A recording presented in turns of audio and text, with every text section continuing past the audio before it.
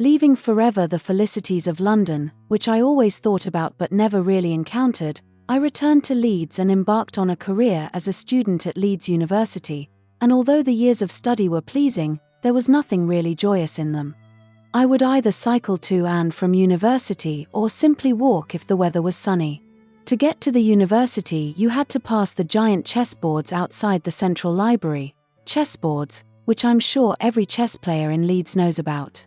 On this summer's day, as I was walking back from a day's study, I met with Terry, a portly chap who forever had a walking stick by his side and a plastic carrier bag on the other side. I got on well with Terry and enjoyed his wide range of general knowledge. The doctor couldn't stand him, but I liked Terry, and we shared some good drinking sessions together. Terry was sat on the small wall next to the chessboards and had both hands resting in front of him on top of his walking stick. I went and sat next to him. The chessboards in town were never serious to me, and I don't think they were serious to any other chess player, either, for that matter. I would play rarely, as would Terry, preferring much instead to adopt the character of a flaneur, an occupation I intend to either undertake in working life, were fortune to allow, but one I'll definitely adopt in old age if health allows. Been to uni? Terry asked without any purpose. Yeah, just walking home. Not having a pint. There was a pub next to the chessboards. No money, Karl. You. Only a £5. It'll buy 2 pints, but that's all. Best save it then, as there's nothing worse than having a pint and having to go off home. I'm skint, and can hardly afford the bus fare, he sighed. We sat there for a few moments, and chess players never have an empty head, and I looked out across the chessboards. There, in blue, William Hill Bookmakers. Tell you what we'll do, Terry.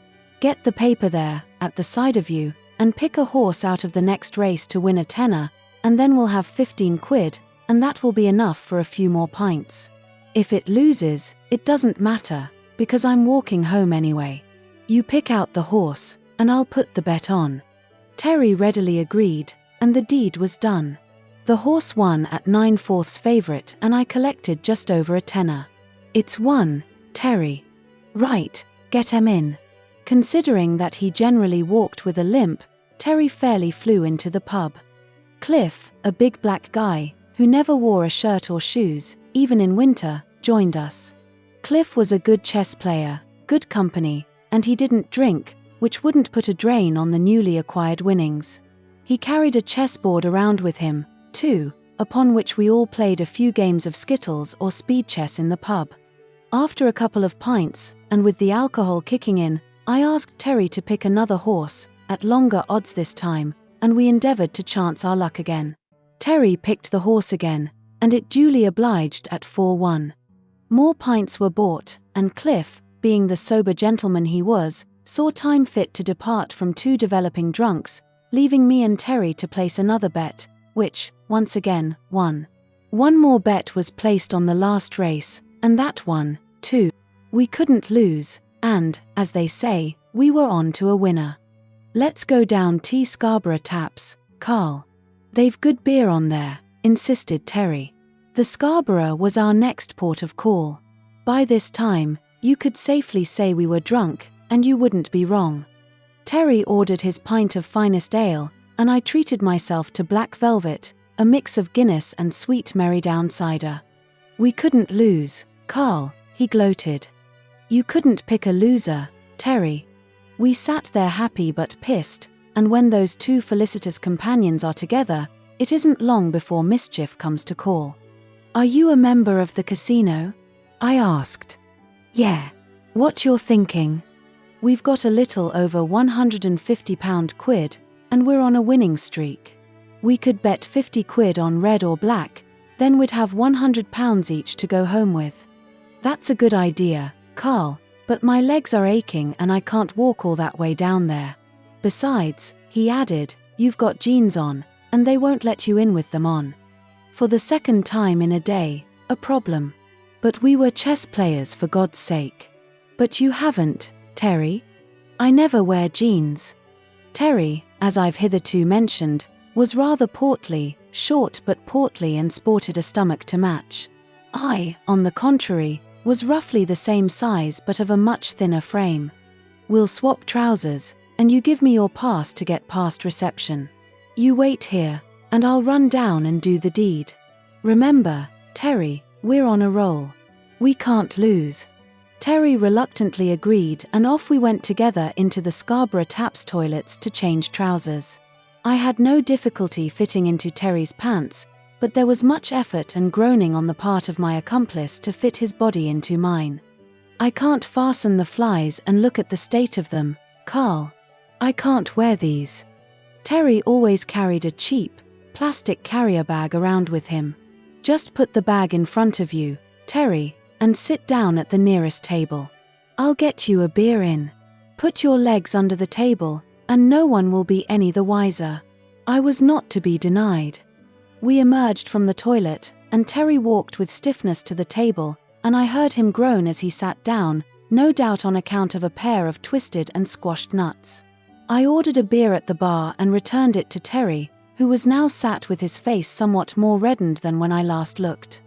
Right, I'm off, I said, and left my colleague alone at the table, looking anything but amused.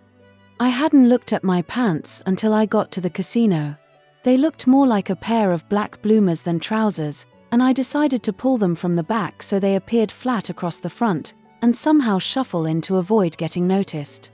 My fear of being discovered, though, was completely unfounded, and the bouncer at the door wasn't there.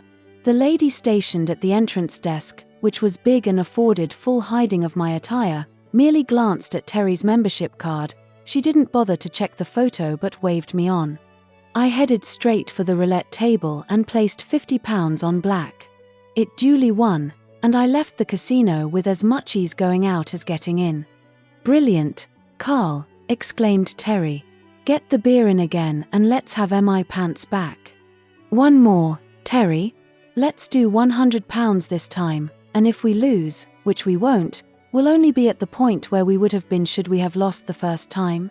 Terry pondered this complete nonsense, looking rather puzzled, and finally said, one last time. Bang it on red. And off I ran again to the casino. The same woman was there, but the bouncer, to my horror, was standing at the side of the counter watching. I shuffled Terry's pants between my thighs again, so that they were tight at the front, and shuffled my legs in again. The bouncer said nothing, but merely stared. I was in earlier, I casually told the receptionist. Yeah, okay, she answered without looking up. I'd done it and was in again. I headed straight for the same table, placed the bet and waited. It won, and just as I was picking the money up, the bouncer appeared like death above my left shoulder. Off you go, now, lad, and don't let me see you in here again. I can only think I was discovered when he saw the back of those pants, all waving around as I walked away from the reception desk. I returned to my friend, and we shared the money, but only after visiting the toilets and exchanging pants again. Terry passed away some years ago. Requiem Aeternam, Terry, my friend.